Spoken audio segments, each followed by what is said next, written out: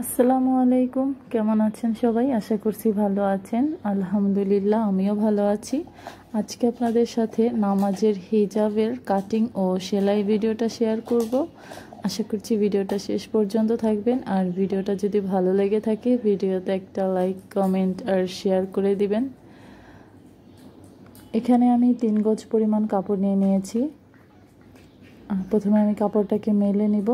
আর দেখতেই পাচ্ছেন কাপড়ের সাইডে কিন্তু একটা সাদা পাইর আছে। এই সাদা অংশটাকে আমি কেটে নিব।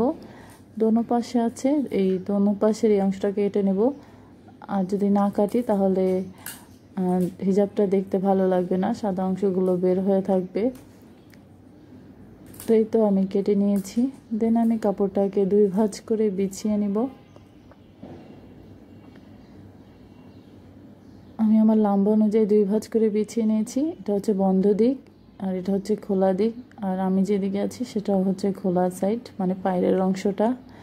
তো দেন আমি লম্বার মাপটা নিয়ে নিয়েছি। এখানে আমার লম্বা হচ্ছে 47 ইঞ্চি।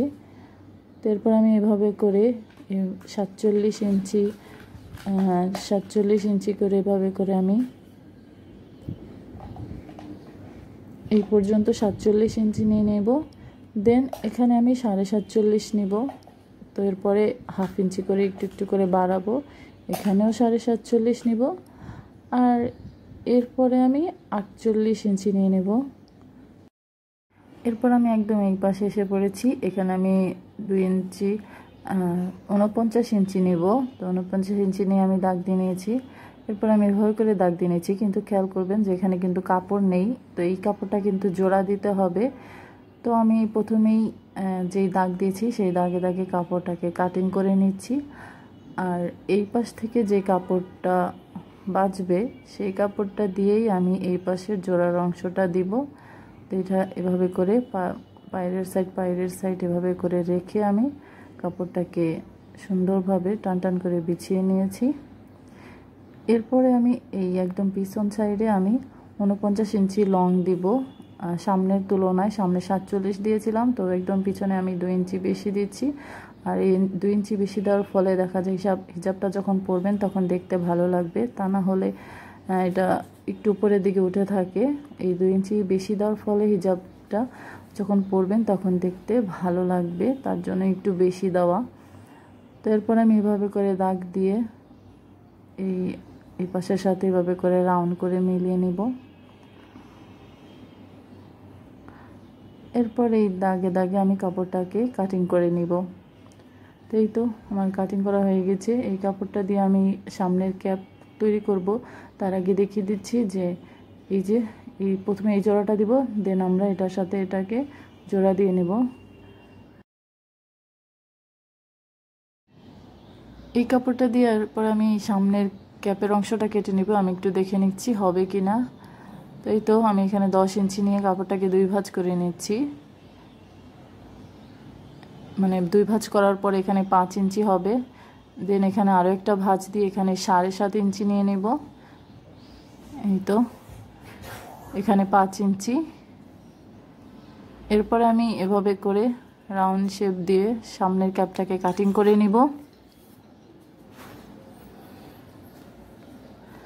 এই তো এটা হচ্ছে আমার সামনের ক্যাপ কাটিং করা হয়ে গিয়েছে। এরপর আমি এখানে একটা চিহ্ন দিয়ে নিচ্ছি সেলাই সুবিধার জন্য। আর এই কাপড়টা দিয়ে আমি নিচের যে ছোট ক্যাপটা আছে সেটাকে কাটিং করে নিব।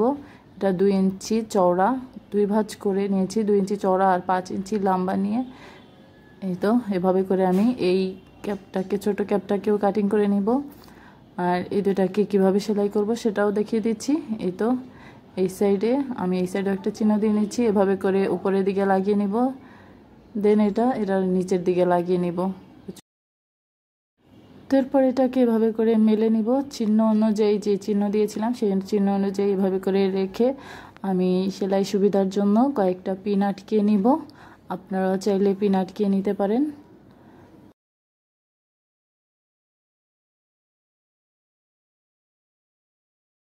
তো এই তো আমি পিন আটকিয়ে নিয়েছি। এরপর আমি এই বরাবর সেলাই করে নিব।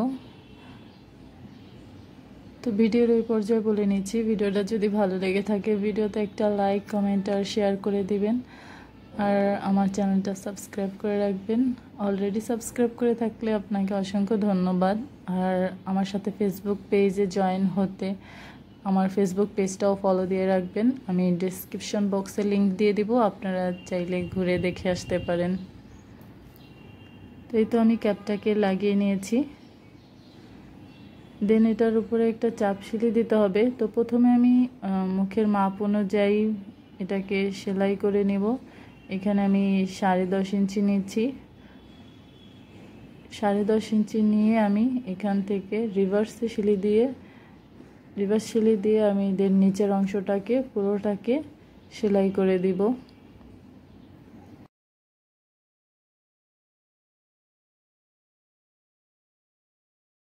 আমার সামনের অংশটা সেলাই করা হয়ে গেছে। এরপর আমি নিচের যে ছোট ক্যাপটা আছে সেটাকে লাগিয়ে নেব, এই জায়গায় লাগাবো।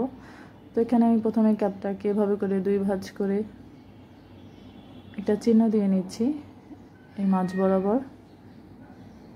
দেন এই চিহ্ন অনুযায়ী আমি এটাকে এই নিচের দিকে এভাবে করে বসিয়ে নিব আর একটা পিন আটকিয়ে নিব।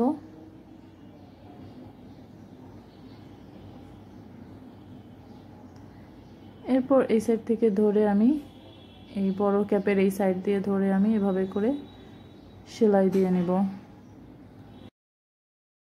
সেলাইটা আমি কিভাবে করছি খেয়াল করে দেখবেন, সব কিছু বলে বোঝানো যায় না। তো এরপর আমি এই নিচের অংশটাকে ওই পাশে দিয়ে এরপর আমি এই পাশ দিয়ে আবার সেলাই করে নিচ্ছি।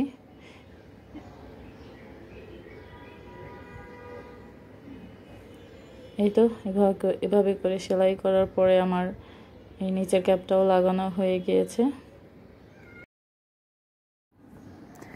এই তো আমার ক্যাপ দুটো লাগানো হয়ে গিয়েছে, উপরের এবং নিচের অংশটাও লাগানো হয়ে গেছে।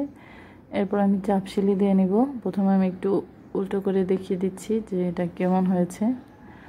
রাইট সাইডে নিয়ে এই তো এরকম হয়েছে। এরপর আমি চাপ সিলি দিব।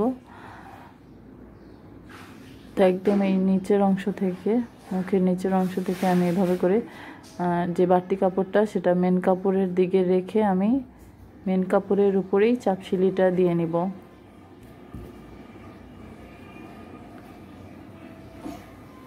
এখানে একটু খেয়াল করে দেখবেন, আমি একদম সাইড দিয়ে প্রথম সেলাইটা দিচ্ছি,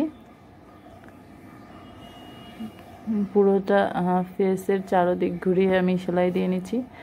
এরপর আমি আরেকটু 2 সুতা দূরে আমি আরও একটা সিলি দিয়ে নিচ্ছি।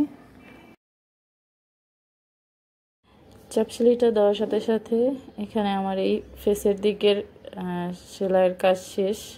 এটা সুন্দরভাবে ফিটিং হয়ে থাকবে, পরার পরে ফিতার প্রয়োজন নেই। তাই তো এরপর আমি এই সাইডে যে জোড়ার অংশটা ছিল আমি যেভাবে দেখিয়েছিলাম ওইভাবে করে জোড়া দিয়ে নিব নিচের অংশতে, মানে একদম পিছনে যে জোড়ার অংশটা দেখিয়েছিলাম জোড়া দিতে হবে। তো এই তো জোড়া দিয়ে নিয়েছি। এখানে আমি ডাবল সিলি দিয়ে নিব। আমি চাপ সিলি দিব না, চাপ সিলি দিলে দেখা যায় জোড়াটা বেশি বোঝা যায়।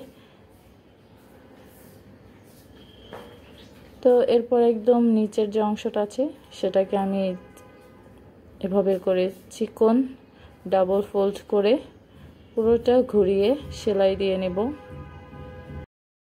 আর এর সাথে কিন্তু আমার হিজাব তৈরি করা শেষ হয়ে গিয়েছে। হিজাব তৈরি করা কিন্তু অনেক সহজ, তবে কিছু টিপস আছে, ওগুলো ফলো করলে হিজাব তৈরি করলে পরার পরে দেখতে কিন্তু অনেক ভালো লাগবে হিজাবটা।